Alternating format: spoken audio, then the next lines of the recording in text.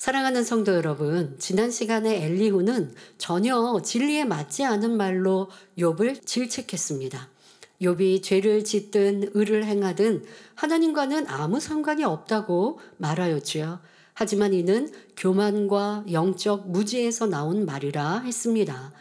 요한 3서 1장 4절에 내가 내 자녀들이 진리 안에서 행한다함을 듣는 것보다 더 즐거움이 없도다 말씀한 대로 우리가 죄악을 버리고 의를 행하는 것을 하나님께서는 가장 기뻐하십니다.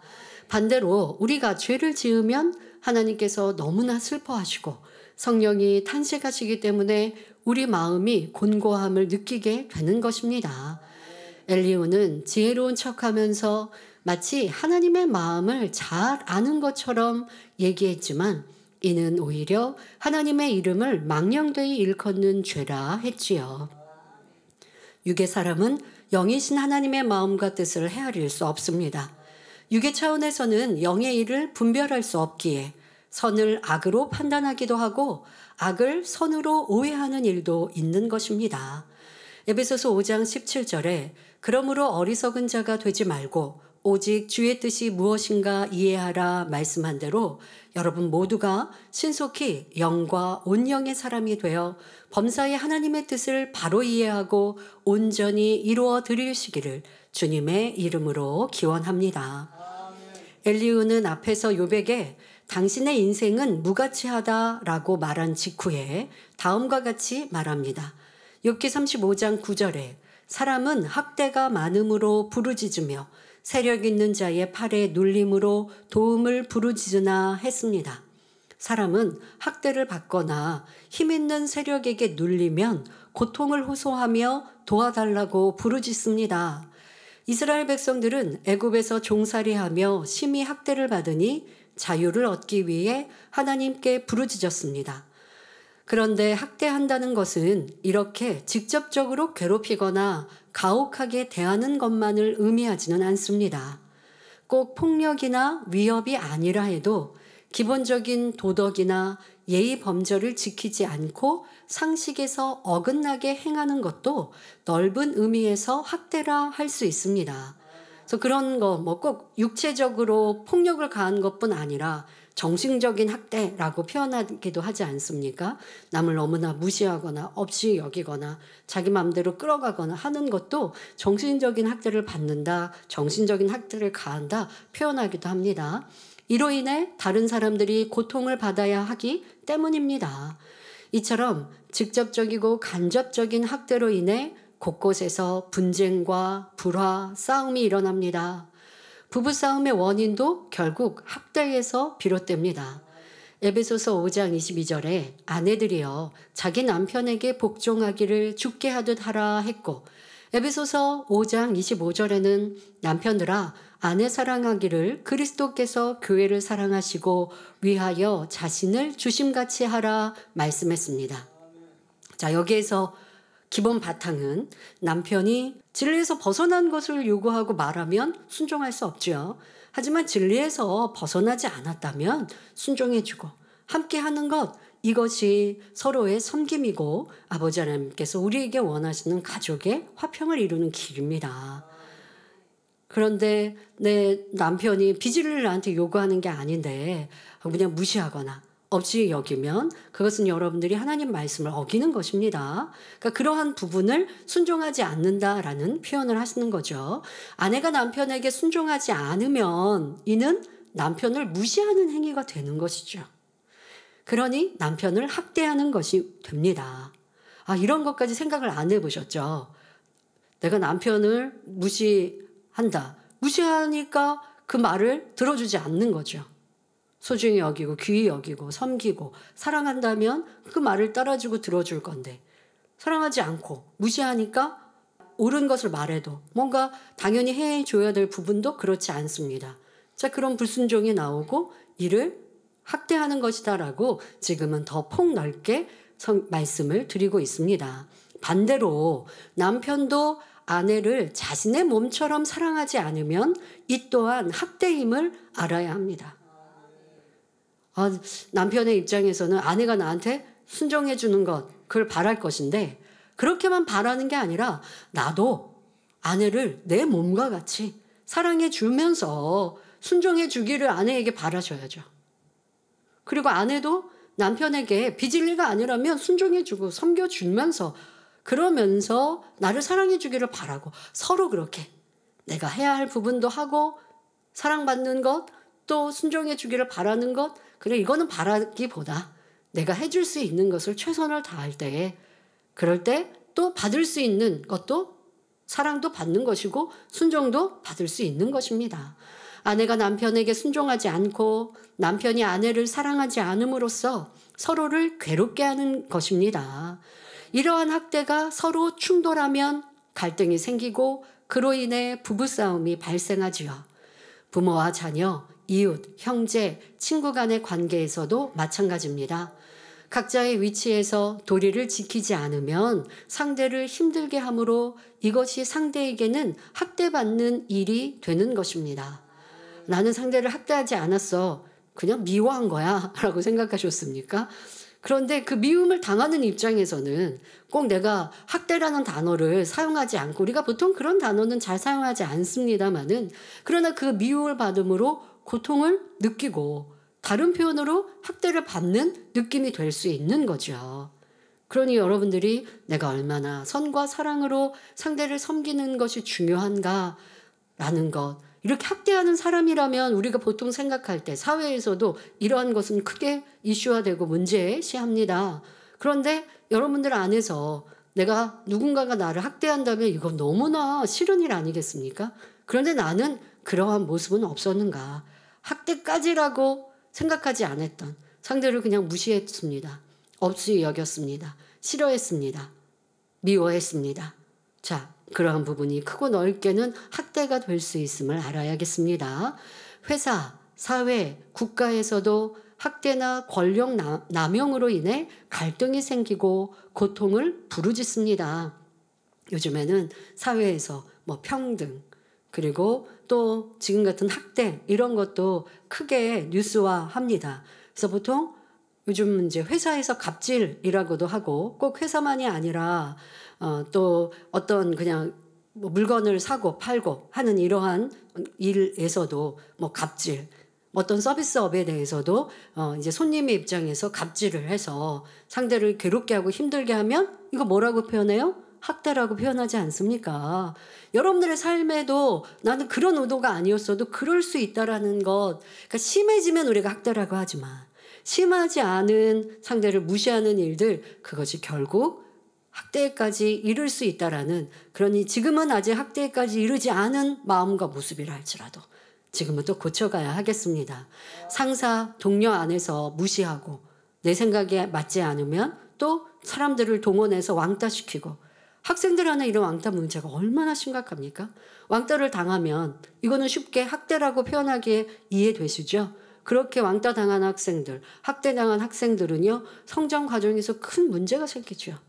사회생활을 단절하게 되어지고 정신적으로 큰 문제, 어려움을 겪습니다. 그런데 나는 누군가를 왕따시키진 않았지만 내가 미워하거나 또 뒤에서 험담함으로 그를 힘들게 했다면 와, 이런 큰 악으로 발생할 수 있는 거구나라는 것을 알아서 학대라는 단어가 나와서 우리 삶 속에 벌어질 수 있는 일까지 이렇게 상세하게 하나님의 말씀으로 설명해 주셨으니 여러분들이 나도 이런 일 당하기 싫다라고 느끼는 일, 남에게 이러한 악을 행해서는 안 되겠습니다. 우리는 하나님을 믿는 자녀로서 서로 사랑하며 세상 사람들과 구별된 삶을 살아야 합니다. 남편이 아내를, 아내가 남편을 학대해서는 안 되며 부모가 자녀를, 자녀가 부모를 학대해서도 안 됩니다.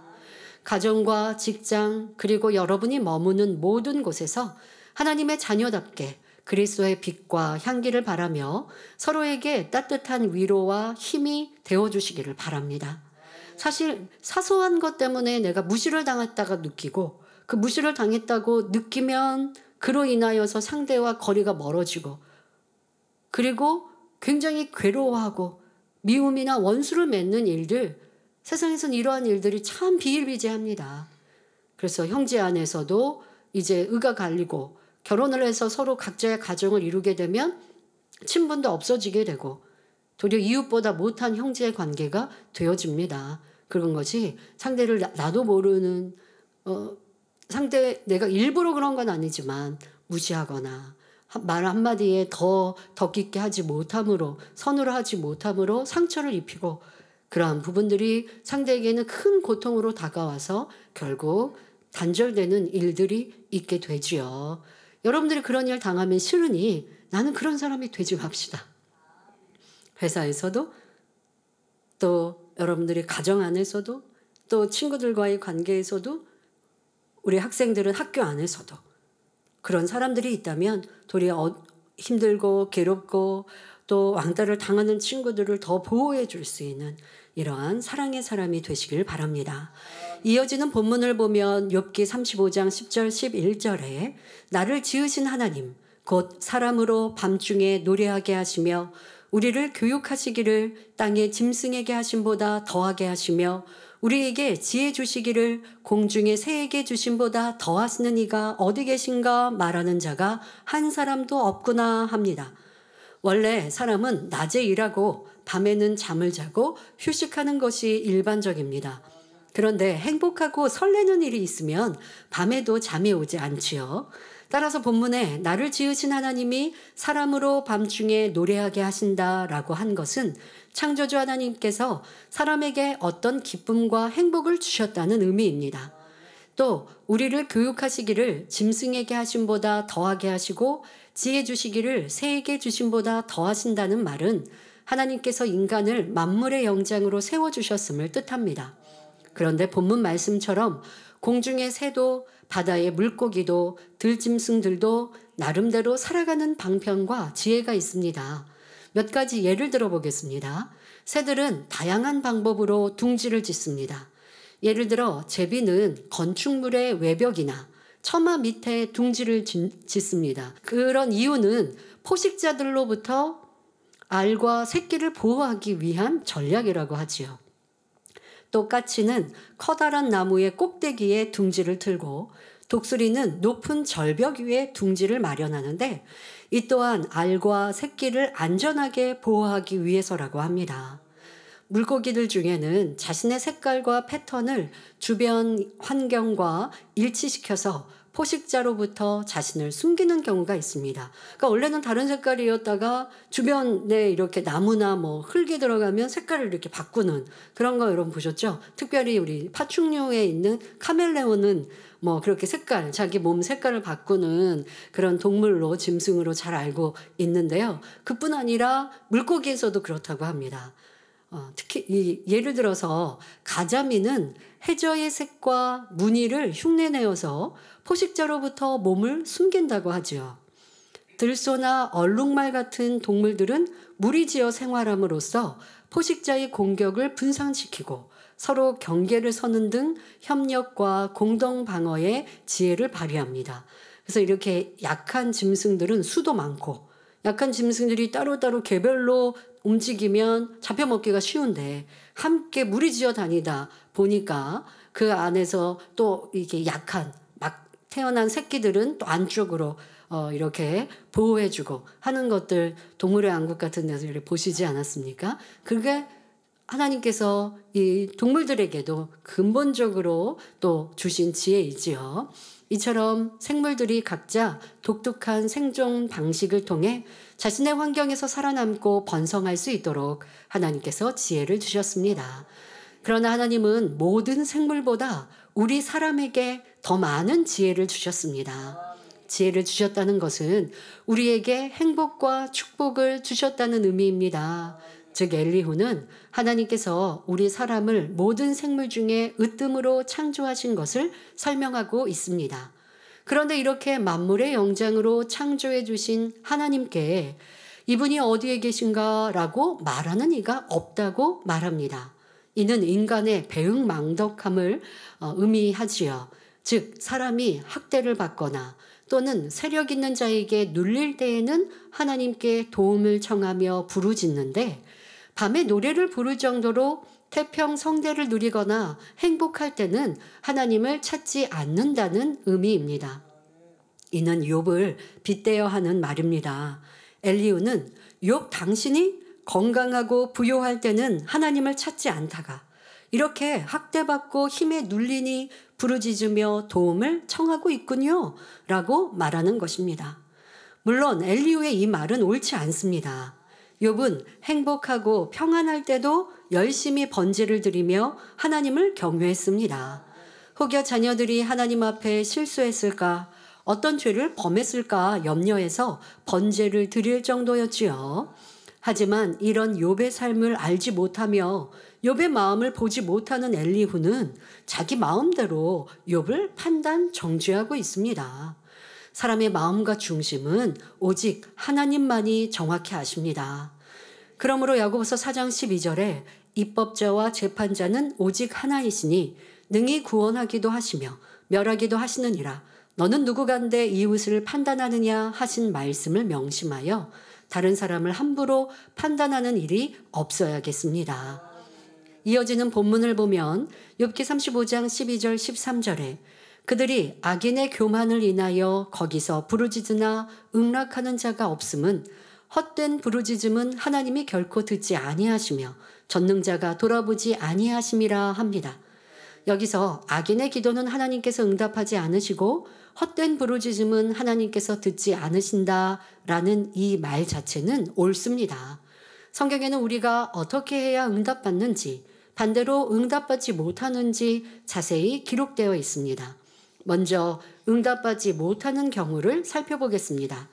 시편 66편 18절에 내가 내 마음의 죄악을 품으면 주께서 듣지 아니하시리라 했고, 이사야 59장 1절 2절에 여호와의 손이 짧아 구원치 못하심도 아니요 귀가 둔하여 듣지 못하심도 아니라 오직 너희 죄악이 너희와 너희 하나님 사이를 내었고 너희 죄가 그 얼굴을 가리워서 너희를 듣지 않으시게 함이니 말씀합니다. 또 야고보서 1장 6절부터 8절에 오직 믿음으로 구하고 조금도 의심하지 말라. 의심하는 자는 마치 바람에 밀려 요동하는 바다 물결 같으니 이런 사람은 무엇이든지 주께 얻기를 생각하지 말라. 두 마음을 품어 모든 일에 정함이 없는 자로다 말씀하셨습니다. 그러니 죄의 담이 있거나 의심하고 기도한다면 응답받을 수 없고 헛된 부르짖음이 된다는 사실을 알아야 합니다. 계속해서 하나님 앞에 응답받을 수 없는 이유가 무엇인지 살펴보겠습니다. 야고보서 4장 2절 3절에 너희가 욕심을 내어도 얻지 못하고 살인하며 시기하여도 능히 취하지 못하나니 너희가 다투고 싸우는도다. 너희가 얻지 못함은 구하지 아니함이요 구하여도 받지 못함은 정욕으로 쓰려고 잘못 구함이니라 말씀합니다. 즉 구하지 않기 때문에 얻지 못하고 욕심으로 잘못 구하면 응답받지 못한다는 말씀입니다. 갈라디아서 6장 7절에는 스스로 속이지 말라. 하나님은 만홀히 여김을 받지 아니하시나니 사람이 무엇으로 심든지 그대로 거두리라 했으니 심지 않으면 거둘 수 없는 것입니다. 또 마태복음 5장 23절 24절에는 우리가 다른 사람과 불목한 상태에서 하는 기도도 응답받지 못합니다. 그러니 마태복음 18장 35절에 너희가 각각 중심으로 형제를 용서하지 아니하면 내 천부께서도 너희에게 이와 같이 하시리라. 다시 말해 내가 형제를 중심에서 용서하지 않으면 하나님께서도 나를 용서하지 않으신다 말씀하신 것입니다.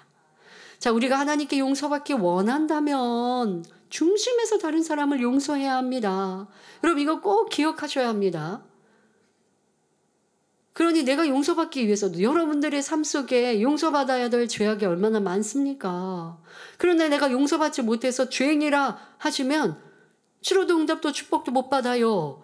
어떤 경우는 구원에서도 멀어질 수 있어요. 그러니 내가 형제를 용서하는 것, 내가 용서받기 위해서도 형제를 용서해야 하는데 중요한 것은 무엇이냐? 중심으로 용서하는 것입니다.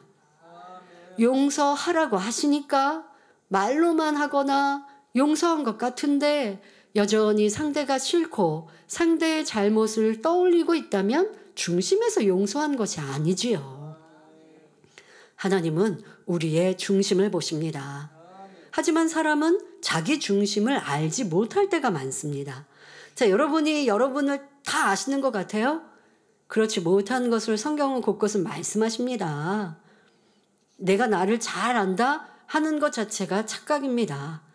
더더욱 내 마음, 내 중심은 내가 모르고 못 보는 것이 참 많지요. 지금 욥이 그려하고 있고 욥의 친구들이 엘리후가 욥을 알지도 못하면서 욥의 마음과 중심을 알지도 못하면서 계속 악인이다, 죄인이다 정죄하는 것이죠.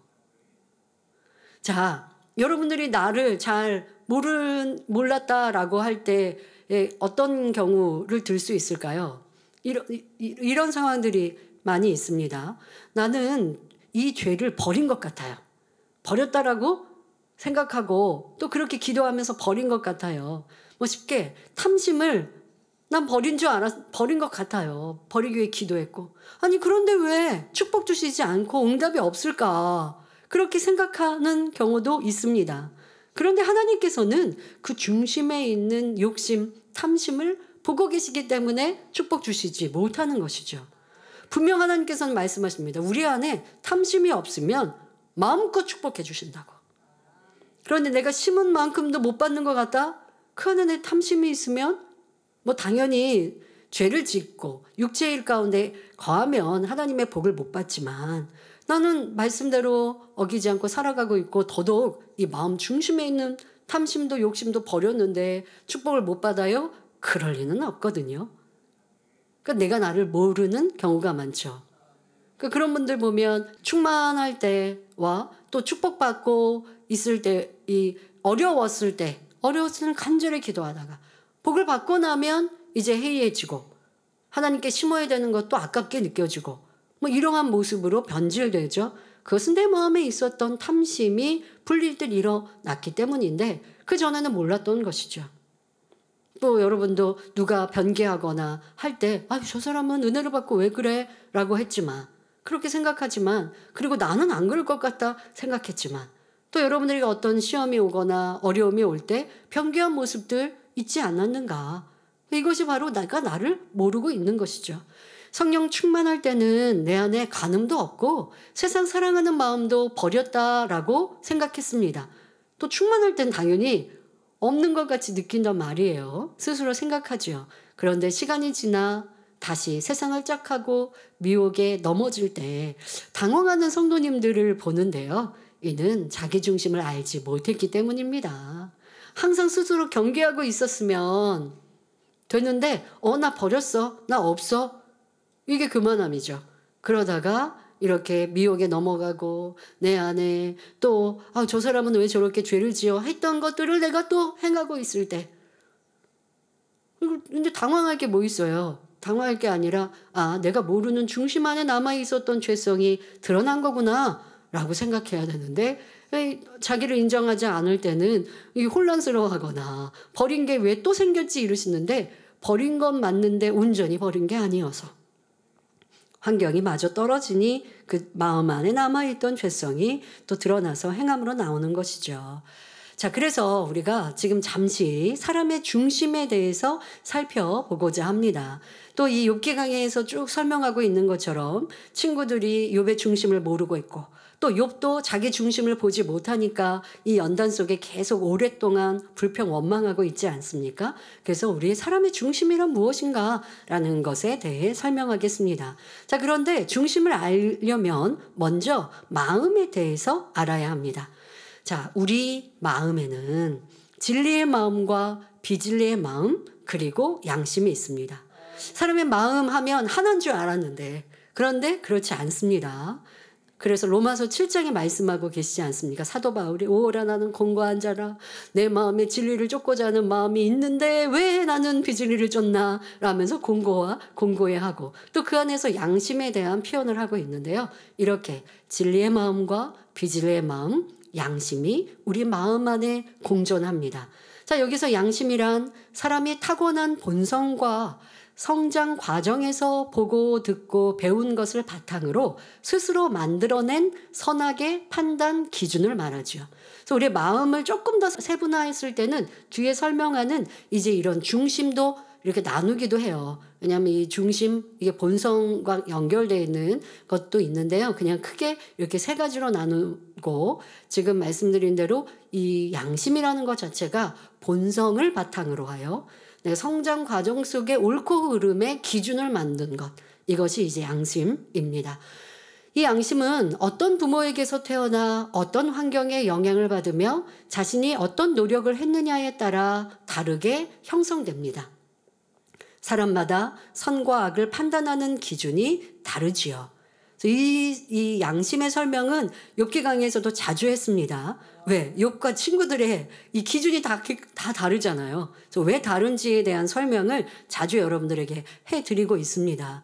왜 이런 말씀까지 우리가 그냥 죄 버립시다, 악 버립시다 하면 되는데 마음을 분류해서 설명하고 또 중심까지 설명하고 또 특히 양심에 대한 것을 자주 설명할까요? 내가 나를 알지 못하면 마음에 있는 죄악을 버릴 수가 없어요. 내가 나를 알아야 내 성격이 잘못된 것도 고치고 내 생각에 저거는 옳아, 저거는 틀렸어라고 하지만 옳고 틀리다라는 기준이 내 양심인데 이 양심이 하나님의 기준이 아니라 내가 만들어 놓은 것이니 그 기준 자체가 다른데, 그런데 여기에 맞춰서 옳다 그르다 하니 이게 판단이고 정죄가 된다는 거죠. 보통 사람은요, 자기 생각이 틀렸다고 생각하지 않고 살아가요. 그러나 우리는 이 성결의 복음을 들은 만민의 성도들은 내가 생각하는 게 틀릴 수 있어, 내가 옳다라고 주장하는 게 틀릴 수 있어 라고 마음을 넓히고 여러분들의 생각을 더 넓히니까 많은 사람들을 포용할 수 있는 거죠. 그리고 내 자신을 더 깊이 발견하고 변화될 수 있는 것입니다. 자, 지금은 마음을 설명했고요. 마음 안에서 또 이 양심이라고 하는 특별한 이 설명을 해드렸습니다. 자, 다음으로 중심입니다. 자, 중심은 마음이 굳어진 것을 말합니다.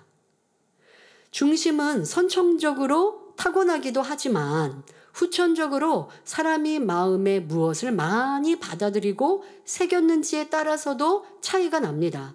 보통 우리가 중심은 타고났다라고 표현하기도 하는데요. 그것으로 끝나는 게 아니에요. 여러분, 저는 이제 만 49. 그러면 50년 동안 살아가면서 어떻게 태어났던 그 기본 중심만 가지고 살겠습니까? 그것을 바탕으로 해서 보고 듣고 느끼고 어떤 일들에 내게 불리기도 했을 때 진리를 선택하냐 선택하지 않느냐, 이거는 저의 선택인 것이지 부모 형제 누가 해줄 수 없어요. 하나님께서 주님께서 강권적으로 나를 그렇게 이끄시는 것, 그건 우리의 바람이지만 내가 선택하며 살아온 나의 삶이에요. 그러면서 내 중심이 더 좋아졌느냐 나빠졌느냐 라고 바뀌는 것이죠. 쉽게 여러분은 우리가 보통 마음, 하얀 마음, 검은 마음 표현하는데, 태어날 때 아무리 내가 하얀 마음이 많았어도 성장 과정 속에 비질을 많이 담으면 검은 마음으로 바뀌고, 그러면서 좋은 중심으로 태어났어도 나쁜 중심으로 바뀌게 되는 거예요.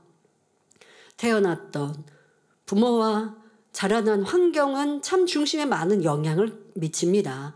그러나 여러분들이 이제 부모 환경 탓하지 말고, 이미 작년 성도님들은 부모의 품을 떠나 내 스스로 선택하며 살아온 많은 날들, 내가 나를 만든 것이에요. 그리고 지금도 기회가 있습니다. 아니, 중심은 마음이 굳어졌다고 하니까 나는 50년 60년을 살아서 이렇게 나쁜 중심으로 많이 굳어진 것 같은데요. 자, 그렇게 굳어진 중심보다 힘이 세시고 강한 아버지 하나님, 주님, 성령님이 계십니다. 그러니 성령의 불세를 받고 그걸로 매일매일, 한 달에 한 번, 두 달에 한 번, 이건 안 되고 매일매일 여러분들이 성령의 불로 내 마음, 내 중심을 깨트려 보세요. 그럼 내가 50년, 60년, 70년 만들어 왔던 이 중심도 깨워줄 수 있는 겁니다.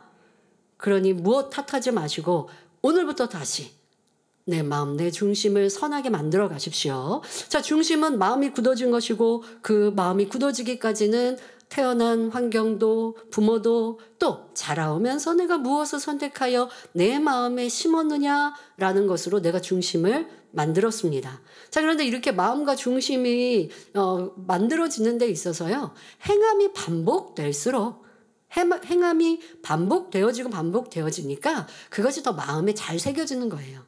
그러니까 듣고 아는 것만으로만이 아니라 듣고 아는 것을 여러분들 행할 때 마음이 되고 마음에 새겨지고 그것이 중심으로 굳어지지요.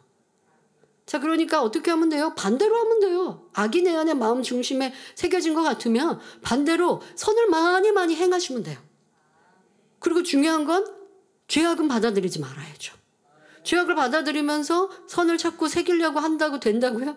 그러면 그냥 똑같아요. 그러니까 여러분들 은혜 받고 월요일 날 아니면 또 오늘 주일 집에 가서 짜증하고 혈기 내보세요. 그럼 받은 은혜 사라지는 거예요. 받은 은혜 유지하면서 세상에 있는 썩어지고 헛된 거 받아들이지 않고 매일매일 기도하면서 내 마음의 악하고 강한 중심을 계속 깨뜨려가면 그러면 새로워지는 겁니다. 새로운 피조물이 되는 겁니다. 자, 마음에 새긴 것이 굳혀지면서 각자의 중심이 형성되었습니다. 자, 예를 들어 가족이나 주변에서 거짓말을 자주 하는 환경에서 자란 아이가 자신도 한 번, 두 번 거짓말을 했습니다. 처음에는 찔림이 되었죠. 왜? 아이들은 그래도 선한 마음들이 많이 있다 보니까 찔림이 되었습니다. 그러나 주변 환경도 잘 속이고 거짓말을 하니 큰 잘못이라고 생각지 않고 반복할 수 있는 거예요. 예를 들어 부모님이 거짓말을 잘 해도 자녀에게는 거짓말하면 안 된다라고 가르치셨을 거예요. 그러나 부모님이 거짓말을 하니까 가르치시는 말씀보다 부모님이 거짓말을 하니까 그걸 보면 그걸 답습하게 되죠. 그래서 처음 할 때야 좀 찔림이 되고 어려웠지만 그리고 엄마도 야단을 치시는데 근데 엄마도 거짓말 하거든요. 아빠를 속이기도 하고 또 우리한테 뭐 해줄게 라고 해놓고 금방 이내 안 하거든요. 그런 사소하다고 하겠지만 아이들은 그걸 보면서 뭐 아이들이 또 거짓말해도 뭐 얼마나 크게 하겠습니까? 그러니까 아이들도 뭐 한다고 해놓고 안 하고 뭐 아이들하고 약속하잖아요. 너 휴대폰 아니면 TV 보는 거 1시간만 해 라고 했어요. 그런데 아이가 그 약속을 지키는 아이가 있고 그렇지 않은 아이가 있어요. 그러면 부모님이 자신을 생각해 보시라고요. 아이에게도 또 부부 안에도 서로 약속한 사소한 일들을 지키는 부모라면 자녀도 그걸 따라할 수 있는데 그냥 쉽게 거짓말하고 지키지 않고 그러면 자녀도 부모하고 약속을 잘 지키지 않죠. 엄마가 막 야단을 치고 뭘 하면 그때뿐이고 결국은 거짓으로 마음 안에 새겨지게 됩니다. 그리고 무엇보다 중요한 건 이렇게 거짓말을 하고도 크게 잘못이라고 느껴지지 않는 것이죠. 왜? 환경이 그리하니까. 그러면 이 사람은 거짓이라는 악이 마음에 점점점 한 번, 두 번, 세 번 행하면서 마음에 더 새겨지죠. 원래 거짓이라는 것으로 마음에 태어난 부분도 있어요. 왜? 부모에게 그런 기질이 많았다면. 그랬는데 그렇게 또 행하니까 이 악이 내 마음에 새겨지고 그것이 중심으로 굳혀져 버린다는 것입니다. 이런 사람은 이제 점점점 성인이 되고 자라나면서 뭐 사소한 거짓은 거짓말이라고 느끼지도 못하죠. 점점 큰 거짓말도 서슴지 않게 하게 되는 것입니다. 그러니까 이런 분들이 이제 만민의 재단에 와서 말씀을 들으면서 거짓말하지 말라. 10계명에서도 거짓말하지 말라. 말씀하시고 그런 말씀들의 비유들을 들면서 예를 들어 우리가 사소한 거짓말 이거 하겠다고 하고 하지 않은 거 아니면 또 진실하지 않은 면까지 설명하면서 날이 이제 밤 12시가 지났는데 그래서 새벽 1시로 가는데 그런데 그러면 어제 오늘 이게 구분이 돼야 되는데 그렇지도 않는 뭐 이러한 것들도 설명하면 아니 뭐 그런 게 거짓말이야. 이렇게 되면서 말씀을 받지 않고 나에게서 튕겨나가게 되죠. 그러니까 내가 얼마나 말씀을 아멘하며 받고 순종하느냐도 그 마음과 중심을 어떻게 만들었냐에 따라서 그러니까 진리와 선으로 많이 만들어 나가면서 또 세상에서도 선을 쫓고자 하는 마음으로 살아왔다면 말씀을 들을 때 야 이런 말씀이 있었구나 하고 작은 죄악을 깨우쳐 주실 때도 기뻐하고 즐거워하거든요. 그런데 그렇지 않고 이 말씀이 뭐 꼭 그렇게까지 해야 돼 하는 분들이 있다면 나는 어떻게 살아왔고 내 마음, 내 중심, 내 삶은 어떠했던가라는 것도 돌아보셔야 합니다. 자, 그런데 이렇게 지금 거짓이 마음 중심에 새겨진 사람이 있는가 하면 반대로 순간 자기 잘못을 감추려고 거짓말을 한 아이가 있습니다. 그런데 이 아이가 양심의 가책을 느끼고 심히 잘못이라고 생각이 되었어요. 거기에다가 부모님도 선한 교육으로 거짓과 진실함에 대해서 훈계해 주셨습니다. 그러니 이 아이는 마음에 거짓은 나쁜 거야. 그러면 안 되는구나. 내게 유익이 있다고 쉽게 거짓말하고 그러면 안 돼. 하고 그 선한 가르침, 진실에 대해서 마음에 새겼습니다. 자, 그러면 거짓말하지 않는 사람으로 성장하겠지요. 이 사람의 마음은 거짓 없이 선하게 또 그런 마음으로 만들어 가고 성장합니다. 자, 그러면서 이제 점점점 살아가면서 또 거짓말과 진실의 상황들이 내게 유익이 되고 불이익이 되는 이러한 상황에 만나게 됩니다. 자, 불이익이 될 수 있는 상황에서도 마음 안에 진실이 또 거짓말은 나빠라고 하는 게 새겨졌기 때문에 내게 불이익이 돼도 진실을 선택합니다. 자, 이렇게 해서 이게 반복이 되어지고 그렇게 선택했을 때 불이익이 되었어도 내가 진실을 선택했다면 잘한 거야 라고 내 마음에서 기뻐할 때 이 사람의 마음은 진실이 굳어지게 되는 것이죠. 자, 여러분 이해되시죠? 근데 이렇게 굳어지려면 지금 말씀드린 대로 내가 선택할 때 그냥 쉽게 진리를 행할 수 있을 때 그거는 뭐 여러분들의 삶에서 어렵지 않게 할 수 있지만 내 마음 중심은 어떠한가라고 살피는 걸 보려면 내가 어려울 때, 힘들 때, 연단할 때 무엇을 선택하고 있는지 그게 바로 내 중심을 투과하여 나오는 것이거든요. 근데 그렇게 되기 위해 성장 과정 안에서도 스스로가 어떻게 선택하냐. 요거 선택하면 내가 더 칭찬 못 받는데 그래도 상대방을 위해 양보해야지. 그 사람은 이제 선한 마음과 중심으로 만들어질 수 있는 것이죠. 작년 성도님들은 후회가 되십니까? 나는 왜 그렇게 성장하지 않았을까? 아니요. 지금부터 하시면 됩니다. 지금부터도 내게 불이익이 되고 내가 좀 어려움이 있어도 진리를 선택하는 행함을 반복적으로 하면 마음에 굳어져 있는 비진리가 벗겨져 가고 선으로 진리로 채워서 마음 중심이 바뀌는 거예요. 저 사람을 위해서 내가 저 사람을 도와주고 함께 응원하면 나는 뒤에 서는데 저 사람이 더 칭찬받고 인정받는데 라고 해도 내가 앞서고자 하는 마음이 아니라 상대를 세워주고자 하는 섬김의 마음을 선택하고 행하면 섬김이라는 중심으로 만들어지는 것이죠. 여러분들이 지금도 나의 행함이 내 마음 내 중심을 바꿀 수 있음을 기억하여 더 선을 쫓아갑시다. 자, 이렇게 마음의 진실이 온전히 굳혀진 사람, 다시 말해 진실이 중심으로 자리 잡은 사람은 아무리 자신에게 손해가 온다 해도 거짓말을 할 수가 없습니다. 만일 평소에는 거짓말을 하지 않았는데 극한 상황에 처했을 때 양심의 가책을 느끼면서도 거짓말을 했다면 이 사람은 그만큼 중심이 진실치 못한 것이지요. 그리고 이렇게 선택을 했다면 이제 그 사람의 중심은 더 비진실하게 거짓으로 굳혀져 버려서 나중에는 정말 많은 것들의 거짓으로 내 유익에 따라 그냥 내 마음대로 살아가는 사람이 되는 것입니다. 자, 이처럼 각자의 중심이 얼마나 곧은가 얼마나 선하게 굳어졌는가에 따라 그 사람의 마음씀과 말과 행동이 달라집니다. 그러니 변화되고자 하는 성도라면 자신의 언행과 느낌, 마음을 면밀히 살펴야 합니다.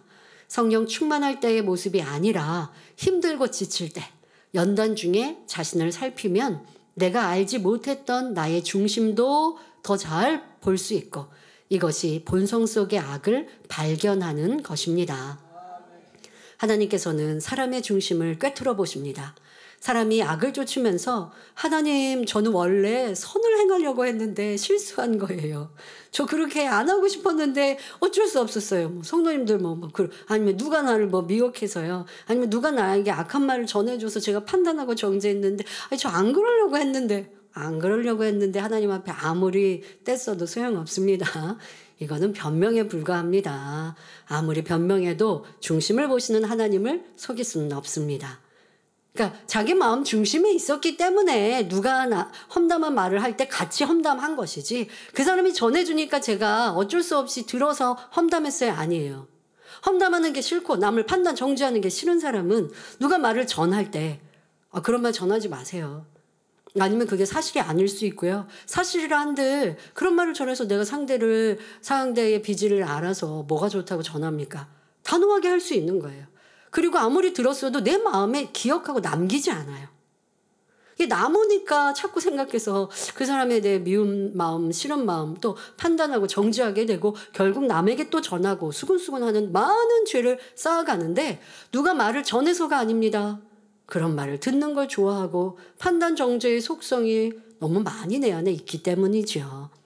그러니까 여러분들은 이래서요 저래서요 안 하고 싶었는데요, 아닙니다. 내 마음 중심에 있었던 죄악임을 깨달아서 발견되어졌을 때, 연단이 올 때 철저히 회개하고 연단을 통해 내 중심을 보았으니 감사합니다 하고 변화시켜가는 기회로 삼으십시오. 자, 지금은 우리 욥기 35장 12절 13절의 본문을 설명하면서 엘리후가 응답받는 방법에 대해 논하였기에 응답받지 못하는 이유를 설명했고 또 중심에 대해 말씀을 드렸습니다. 자, 다시 본론으로 돌아와 이제는 중심을 보시는 하나님 앞에 응답받으려면 어떻게 해야 하는지 살펴보겠습니다. 그 해답 또한 하나님 말씀인 성경에서 찾아야 합니다. 요한일서 3장 21절 22절에서는 사랑하는 자들아, 만일 우리 마음이 우리를 책망할 것이 없으면 하나님 앞에서 담대함을 얻고 무엇이든지 구하는 바를 그에게 받나니 이는 우리가 그의 계명들을 지키고 그 앞에서 기뻐하시는 것을 행함이라 말씀하셨습니다. 또 시편 37편 4절에서는 여호와를 기뻐하라, 저가 내 마음의 소원을 이루어 주시리로다 말씀합니다. 하나님을 기쁘시게 하는 것은 곧 하나님의 뜻대로 사는 것이며 믿음으로 행하는 것, 빛 가운데 사는 것, 악은 모양이라도 버리고 거룩함을 이루는 것 등입니다. 이러한 삶으로 하나님을 기쁘시게 할 때 어떤 마음의 소원도 응답해 주신다는 사실을 꼭 기억하시기 바랍니다. 이 외에도 성경에는 응답받을 수 있는 비결을 알려주시는 말씀이 매우 많습니다. 요한일서 3장 24절에 그의 계명들을 지키는 자는 주 안에 거하고 주는 저 안에 거하시나니 우리에게 주신 성령으로 말미암아 그가 우리 안에 거하시는 줄을 우리가 아느니라 말씀합니다. 하나님의 계명들을 지키는 사람은 주님과 하나가 된다는 말씀이니 이런 사람은 응답받지 못할 것이 없지요. 이처럼 성경에는 응답과 축복을 받는 비결, 하나님을 만날 수 있는 길이 밝히 제시되어 있습니다. 성경은 특정한 사람이나 위대한 선지자 또는 주님의 제자들에게만 주신 말씀이 아니라 누구에게나 차별 없이 주신 말씀입니다. 그러므로 어떤 말씀도 보태거나 빼지 말고 온전히 믿으며 여러분의 삶에 적용함으로 응답과 축복의 열매를 풍성히 맺으시기 바랍니다. 성도 여러분, 본문은 엘리후가 응답받는 비결에 관한 진리를 깨달아서 욥을 훈계하는 것이 아니라 엄청난 자기 감정의 표출임을 알아야 합니다. 엘리후는 그들이 악인의 교만을 인하여 거기서 부르짖으나 응낙하는 자가 없다 했는데 여기서 그들이란 악인을 총칭합니다. 즉 악인이 부르짖을 때 하나님이 듣지 않으시는 것은 그들의 악과 교만함 때문이라는 말이지요. 그런데 엘리후가 말하는 악인이란 바로 욥을 가리킵니다. 지금 욥은 상당히 감정이 난 상태로 폭발 직전에 있습니다. 그러니 직접적으로 욥이라 하지 않고 간접적으로 악인을 빗대어 욥을 책망하는 것이지요. 욥 당신이 얼마나 교만하면 하나님보다 더 의롭다고 말하겠습니까? 당신은 악하고 교만하기 때문에 아무리 부르짖어도 응답해주는 자가 없는 것입니다. 당신의 부르짖음이 헛되기 때문에 하나님이 듣지 않으시는 것입니다. 말하고 있는 것입니다. 이는 단지 코너에 몰아넣는 것으로 그치지 않고 완전히 소망의 줄을 끊어버리는 말입니다. 즉 욥의 상황은 완전히 끝장이 났다는 말이죠. 이전에 새 친구는 욥에게 악을 버리고 죄를 회개하라, 부르짖으라라고 권면이라도 했습니다. 그런데 엘리후는 헛된 부르짖음은 하나님이 결코 듣지 아니하시며 전능자가 돌아보지 않는다. 즉 이제는 부르짖어도 소용이 없다고 말하는 것입니다. 내가 아무리 부르짖어봐라 하나님이 절대로 듣지 않으신다, 이런 뜻이니 이는 저주 중에 저주이지요. 성도 여러분, 누가 여러분에게 이렇게 말한다고 생각해 보십시오. 당신이 아무리 금식하고 철야하고 땀 흘려 부르짖어도 하나님은 결코 응답하지 않으실 것입니다. 이라고 말했다면, 그런 말을 듣는다면 청천벽력 같죠. 모든 소망이 다 끊어졌죠. 만약에 이런 말을 주의 종이 했다라고 하면 이거 뭐 어떻게 해야 합니까? 자, 그런데 이런 말을 했다고 한들 믿음이 있고 진리를 아는 사람이라면 그런 말을 해도요, 그런 말을 해도 듣지 않는 거예요. 누가 나를 저주한다고 저주의 말이 내게 임하는 거 아니거든요. 내가 저주받을 행동을 했느냐, 저주받을 행동을 하고 있으면 그렇게 하면 저주받아 라고 하는 말을 귀 기울이겠지만, 내가 그러는 사람이 아니에요. 그런데 누가 나를 저주한다고 그 말에 그럼 어떡하지? 두근거리겠습니까? 그건 믿음이 없기 때문이죠. 그러니까 누가 함부로 말을 해서도 안 되지만 듣는 말에 여러분들이 귀를 기울일 것인가 아닐 것인가? 그럼 어떤 사람의 말에 귀 기울여요? 그 사람이 열매가, 그 사람이 진리대로 살아서 진리를 말하는 사람인가? 라고 하겠죠. 근데 진리로 말하는 사람이 저주하지는 않겠죠. 분별할 수 있어야 합니다. 또 그런데 이런 말을 믿음이 없는 사람이나 초신자가 듣는다면 시험 들 수밖에 없지요.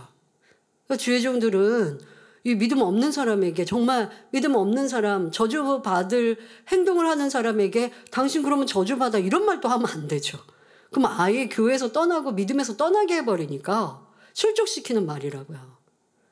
아무리 그 대상에게 맞는 말이라 해도 그런 말 하면 안 되는 것인데요.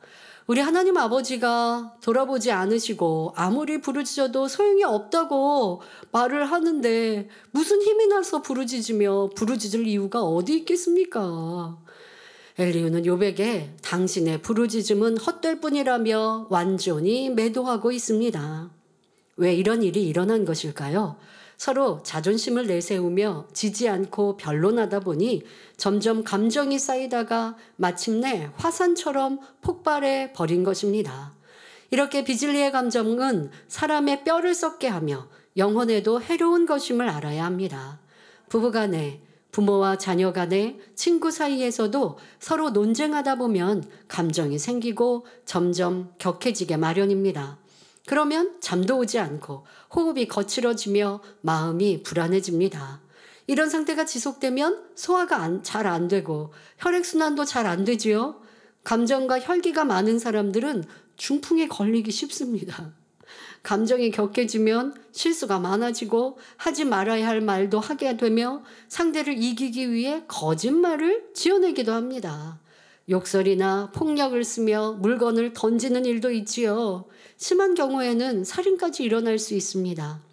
무엇보다 감정은 하나님과 죄의 담을 만드는 것이니 백해 무익한 비진리의 감정을 십자가에 못 박고 진리에 속한 감정만을 가지시기 바랍니다.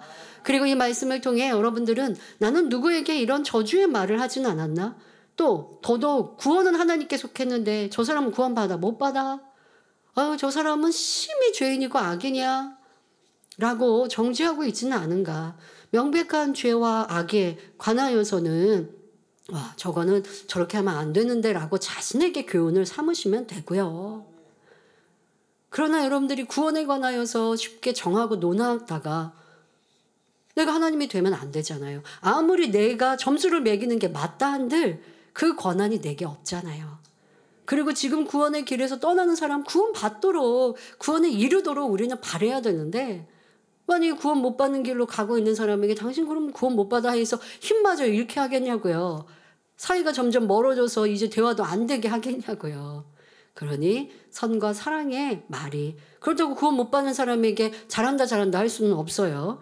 그러나 이렇게 구원 못 받아, 당신의 기도는 하나님이 안 들어 해서 희망을 잃게 할 게 아니라 빨리 구원의 길로 회개하고 돌이킬 수 있도록 힘을 실어주면서 이끌어가는 이러한 사랑과 선의 지혜가 필요한 것입니다. 이어지는 본문을 보면 욥기 35장 14절에 하물며 말하기를 하나님은 배울 수 없고 일의 시비는 그 앞에 있으니 나는 그를 기다릴 뿐이라 하는 너랴 합니다. 욥은 아무 잘못이 없는 자기를 하나님께서 비참하게 만들었다고 생각했기에 일의 시비를 가리려고 하나님을 불렀지만 하나님께서는 나타나 주지 않으셨습니다. 하나님 어디 계십니까? 나하고 변론합시다. 나는 고아와 과부를 돌봐주고 연약한 이들에게 힘을 주며 선만 행했는데 하나님은 이런 저에게 왜 저주를 내리십니까? 따지며 아무리 외쳐도 하나님께서는 응답이 없으셨지요. 그런데도 하나님이 나타날 때까지 나는 기다리겠다 말하고 있는 욥의 모습을 엘리후가 볼 때 우습다는 것입니다. 즉 하나님은 악인의 기도를 응답하지 않으시며 헛된 부르짖음은 듣지도 않으시는데 하물며 하나님보다 자기가 의롭다고 주장하는 욥의 기도를 들어주시겠느냐라는 말입니다. 그러나 실상은 하나님께서 욥이 악인이어서 만나주지 않으신 것이 아니며 욥의 부르짖음에도 응답하지 않으신 것도 아닙니다. 욥을 영의 사람으로 만들기 위해 더 성결된 사람으로 만들어 축복 주시기 위해서 연단하고 계실 뿐입니다. 하나님께서 욥을 연단하시니 그의 본성 속에 있는 죄의 뿌리가 나오고 있습니다. 욥 자신도 알지 못하는 죄성의 뿌리까지 온전히 뽑아내시는 과정이니 얼마나 큰 축복인지요. 이런 사랑의 섭리를 알 턱이 없는 육의 사람 엘리후는 계속해서 욥을 판단하며 하나님 앞에 죄의 담을 쌓아갑니다. 욥기 35장 15절 16절에 하나님이 진노하심으로 벌을 주지 아니하셨고 횡포를 심히 살피지 아니하셨으므로 이제 너 욥이 헛되이 입을 열어 지식 없는 말을 많이 하는구나 합니다. 횡포란 제멋대로 굴며 몹시 난폭한 것을 의미합니다. 엘리후가 볼 때 욥은 하나님 앞에 횡포를 부렸습니다. 욥은 죄인인데 자기는 의인이라고 말하며 하나님께 따지는 모습이 횡포를 부린 것과 다름없었던 것입니다. 그러니 당신의 횡포를 보아서는 하나님께서 그냥 놔두시면 안 되고 진노하셔서 당신을 뿌리채 없애버려야 합니다. 그런데 하나님께서 당신의 횡포를 눈감아 주시니 당신이 이치에 맞지 않는 말을 하며 하나님 앞에 겁없이 대들고 있군요 라고 말하는 것입니다. 엘리후는 하나님께서 지금보다 엄청난 벌을 욥에게 내려서 한마디도 못하게 하셔야 했는데 욥의 행포를 가만 놔두시기 때문에 욥이 헛된 말을 계속한다 말하고 있습니다. 엘리후의 생각에는 욥이 악인 중에 악인이었기 때문에 현재 욥이 당하는 재앙은 그의 횡포에 비하면 약과로 보였던 것입니다. 사실 일반 사람의 눈에는 욥이 악하게 보이는 것이 당연합니다. 아무리 선하고 의롭게 살아온 사람이라 해도 감히 하나님 앞에 나는 하나님보다 의롭다. 하나님이 나를 거짓말쟁이로 만드신 것이다. 하나님은 악한 사람을 축복하시고 선한 사람을 저주하신다. 이런 말을 한다면 어떻게 그가 선하게 보이겠습니까? 더구나 엘리후처럼 하나님의 마음과 뜻을 전혀 알지 못하는 육의 사람의 관점에서는 말할 것도 없지요. 하지만 여러분은 진리를 들었기 때문에 사람을 연단하시는 하나님의 사랑도 알고 사람의 의와 하나님 보시기의 의가 어떻게 다른지도 말씀을 통해 계속 배우고 있습니다. 그러니 연단받는 사람이 있을 때 육의 사람의 관점이 아닌 진리의 관점으로 볼 수 있어야 합니다. 그럴 때 판단 정죄를 하는 것이 아니라 믿음으로 상대를 바라봐주고 잘 승리할 수 있도록 사랑으로 기도해주며 힘과 소망을 줄 수 있지요. 이는 자신이 연단받을 때도 마찬가지입니다. 어떤 연단이 온다 해도 나를 사랑하여 온전케 하시는 하나님의 사랑을 깨달아 원망, 불평 대신 중심에서 감사의 고백을 올리며 믿음으로 신속히 통과하시기를 주님의 이름으로 기원합니다. 할렐루야. 전능하신 사랑의 아버지 하나님, 이 시간 기도받는 모든 성도님들 위해 안수하여 주옵소서. 전국 전 세계 하나님의 자녀들 위해 시공간을 초월하여 역사하여 주시옵소서. 믿어지는 믿음을 주시고 부정적인 생각과 의심의 세력을 물리쳐 주옵시며 모든 시험 환난도 물리쳐 주옵소서.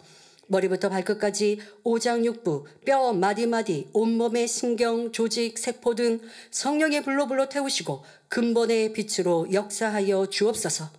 예수 그리스도의 이름으로 명하노니 원수마귀 사단아, 모든 질병, 균, 연약함아 물러가라. 빛이여 임하라. 모든 불치, 난치병도 성령의 불로 태워 깨끗게 하여 주옵소서. 말라리아를 비롯한 모든 풍토병도 물리쳐 주옵소서. 감기, 기침, 열, 몸살, 독감 등 각종 유행성 질병도 다 물러가라.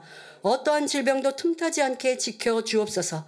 각종 암과 전이된 것, 에이즈, 백혈병, 뇌졸중, 고혈압, 저혈압, 심장병, 폐병, 위장병, 당뇨, 부인병, 피부병, 갑상선 질환과 모든 염증도 깨끗게 하여 주옵소서. 소아마비, 중풍, 관절염, 디스크도 온전케 하여 주옵소서. 요통, 두통, 신경통을 비롯한 모든 통증은 사라질지어다. 간질, 자폐증, 우울증, 조울증, 공황장애, 노이로제, 치매 등 모든 정신질환도 물러가라. 모든 마비된 것도 풀어지고 일어나 걷고 뛸지어다. 눈도 잘 보이게 하옵시고 귀도 잘 들리게 하여 주옵소서. 소경은 눈을 뜨고 귀머거리는 들으며 벙어리는 말할지어다. 각종 사고 후유증도 깨끗게 하시고 부러진 뼈도 붙여 주옵소서. 화상 입은 것도 온전케 하시고 화기야 물러가라. 열도 물러가라. 아버지 흉터나지 않게 역사하여 주옵소서. 마약을 비롯하여 각종 약물과 독극물 중독도 깨끗함을 입을지어다. 죽은 신경과 세포가 살아나며 죽은 자도 살아나게 하여 주옵소서. 잉태의 축복도 주시기를 원합니다. 예수 그리스도의 이름으로 명하노니 원수마귀 사단아, 하늘 공중 권세 잡은 악의 영들아 물러가라. 그의 사자들도 물러갈지니라. 이 땅의 악한 영, 더러운 영, 거짓되고 간사한 영, 이간질하고 미혹하는 모든 어둠들은 물러가라. 모든 흉악의 결박을 풀고 어둠아 물러가라. 빛이여 임하라. 아버지 하나님, 부르짖어 기도할 수 있는 능력을 주시고 죄를 버리고 성결될 수 있는 능력을 주옵소서. 영혼이 잘됨같이 범사에 잘되게 하시고 가정의 복음화도 이루어 주시기를 원합니다. 한 주간도 모든 사고와 재앙으로부터 지켜주시고 불통이 없는 형통한 삶을 살 수 있도록 축복해 주옵소서. 성령의 불담으로 천군 천사와 주님의 불꽃 같은 눈동자로 모든 하나님의 자녀들과 가정, 일터, 사업터를 지켜주시기를 원합니다. 학생들에게 지혜와 명철을 더하시고 공부할 수 있는 뜨거운 마음과 열정도 더하여 주옵소서. 마음과 생각을 세상에 빼앗기지 않도록 지켜주시고 하나님을 뜨겁게 사랑하는 학생들로 축복하여 주시옵소서. 하나님의 자녀들이 먹으나 마시나 입으나 무엇을 하든지 하나님 앞에 영광 돌리는 삶이 되게 축복하여 주시기를 원합니다. 나는 하나님을 만났노라, 체험했노라, 응답받았노라, 축복받았노라 간증하는 입술이 되게 역사하여 주옵소서. 아버지 하나님 감사합니다. 홀로 영광 받으옵소서.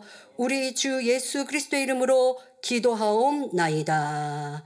아멘.